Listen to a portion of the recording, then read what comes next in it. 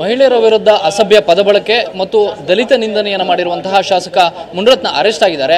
ಈ ಬಗ್ಗೆ ಮಾತನಾಡೋದಕ್ಕೆ ಆರ್ ನಗರದ ಪರಾಜಿತ ಅಭ್ಯರ್ಥಿಯಾಗಿದ್ದಂತಹ ಕುಸುಮಾ ಅವರು ನಮ್ಮ ಜೊತೆಗಿದ್ದಾರೆ. ಮೇಡಮ್, ಈ ಒಂದು ಘಟನೆ ಬೆಳಕಿಗೆ ಬಂದಾಗ ಒಬ್ಬ ಮಹಿಳೆಯಾಗಿ ತಾವು ಏನು ಹೇಳಕ್ಕೆ ಇಷ್ಟಪಡ್ತೀವಿ? ಬಹಳ ದುರದೃಷ್ಟಕರ ಅಂತಲೇ ಹೇಳ್ಬೋದು. ಎಲ್ಲೋ ಒಂದು ಕಡೆ ನಮಗೆ ಆ ಆಡಿಯೋ ಬಂದಂಥ ಸಂದರ್ಭದಲ್ಲಿ ಕೇಳಲಿಕ್ಕೂ ಅಸಹ್ಯ ಆಯಿತು. ಯಾಕಂದರೆ ನಾವು ಬೆಳೆದು ಬಂದಂಥ ವಾತಾವರಣ ಖಂಡಿತವಾಗ್ಲೂ ಆ ರೀತಿಯಾದಂಥ ವಾತಾವರಣ ಅಲ್ಲ. ಸಾಕಷ್ಟು ಅಸಹ್ಯ ಹುಟ್ಟಿಸುವಂಥ ಮಾತುಗಳು, ಮಹಿಳೆಯರ ಬಗ್ಗೆ ಅಷ್ಟು ತುಚ್ಛವಾದಂಥ ನಿಲುವನ್ನು ಒಬ್ಬ ಜನಪ್ರತಿನಿಧಿ ಈಗಿನ ಸಮಾಜದಲ್ಲಿ ಇಟ್ಕೊಂಡಿದ್ದಾರೆ ಅಂತ ಅಂದರೆ ಬಹಳ ದುರದೃಷ್ಟಕರ. ಅದೇ ಭಾವನೆ ನನಗೂ ಕೂಡ ಬಂತು. ಇದೇ ಮೊದಲಲ್ಲ ಆರ್ ನಗರದ ದುಶ್ಯಾಸನ ಅನ್ನೋ ರೀತಿಯ ಹೆಸರುಗಳು ಆವಾಗಲೇ ಚರ್ಚೆಗಳು ಕಳೆದ 8 ವರ್ಷಗಳಿಂದ ನಡೀತಾನೆ ಇದೆ. ಸೊ ಏನೇನು ದೌರ್ಜನ್ಯಗಳಾಗ್ತಿತ್ತು? ಅಲ್ಲ, ನಾವು ಕೂಡ ಮಾಧ್ಯಮಗಳಲ್ಲಿ, ಅವಾಗ ನಾನು ರಾಜಕಾರಣದಲ್ಲೂ ಕೂಡ ಇರಲಿಲ್ಲ ಆ ಸಂದರ್ಭದಲ್ಲಿ, ಸಾಕಷ್ಟು ಮಾಧ್ಯಮಗಳಲ್ಲಿ ನಾವು ಕೂಡ ನೋಡಿದ್ದು ನಮ್ಮದೇ ಪಕ್ಷದ ಕಾರ್ಪೊರೇಟರ್ಸ್ ಏನಿದ್ರು ಅವ್ರುಗಳೇ ಆರೋಪಗಳನ್ನು ಕೂಡ ಮಾಡಿದರು.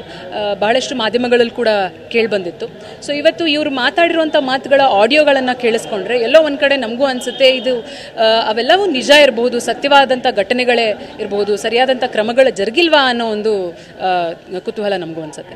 ಈ ಪ್ರಕರಣ ಬೆಳಕು ಬಂದಾಗ ಅರೆಸ್ಟ್ ಆದಮೇಲೆ ಕೆ ಸುರೇಶ್ ಅವರ ಮೇಲೆ, ನಿಮ್ಮ ತಂದೆಯವರ ಮೇಲೆ ಆರೋಪಗಳನ್ನ ಮಾಡ್ತಿದ್ದಾರೆ ಮತ್ತು ಬಿಜೆಪಿ ಕೂಡ ಇದನ್ನ ಒಂದು ರೀತಿಯಲ್ಲಿ ಪರೋಕ್ಷವಾಗಿ ಸಮರ್ಥನೆ ಮಾಡ್ಕೊಳ್ತಿದೆ. ಇದಕ್ಕೇನು ಹೇಳ್ತೀವಿ?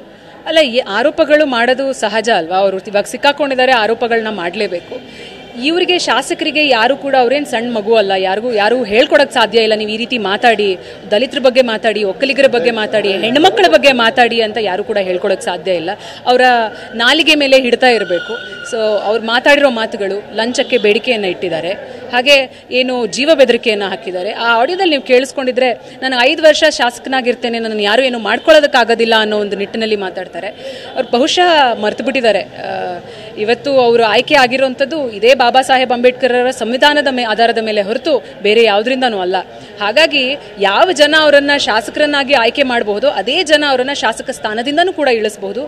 ಏನು ಅಧಿಕಾರದ ಮದವನ್ನು ಏರಿ 5 ವರ್ಷ ನಾನು ಶಾಸಕನಾಗಿದ್ದೇನೆ, ನನಗೇನು ಮಾಡ್ಕೊಳ್ಳೋದಕ್ಕಾಗಲ್ಲ, ಏನಾದರೂ ಮಾಡ್ತೀನಿ ಅನ್ನೋ ಒಂದು ಮಾತುಗಳನ್ನು ಅವ್ರು ಆಡಿದ್ದಾರೆ ಅಂತ ಅಂದರೆ ಈ ನಿಟ್ಟಿನಲ್ಲಿ ಖಂಡಿತವಾಗ್ಲೂ ಕ್ರಮ ಆಗಬೇಕು. ಯಾವ ಸಾಮಾನ್ಯ ಮನುಷ್ಯನಿಗೆ ಈ ರೀತಿ ಕೆಲಸಗಳನ್ನು ಮಾಡಿದಂಥ ಸಂದರ್ಭದಲ್ಲಿ ಯಾವ ಕ್ರಮಗಳನ್ನು ಕಾನೂನು ತೆಗೆದುಕೊಳ್ತಿತ್ತು, ಹಾಗೆ ಶಾಸಕರ ಮೇಲೂ ಕೂಡ ಕಾನೂನು ಕ್ರಮ ಆಗಬೇಕು ಅಂತ ನಾವು ಮನವಿಯನ್ನು ಮಾಡ್ತೇವೆ.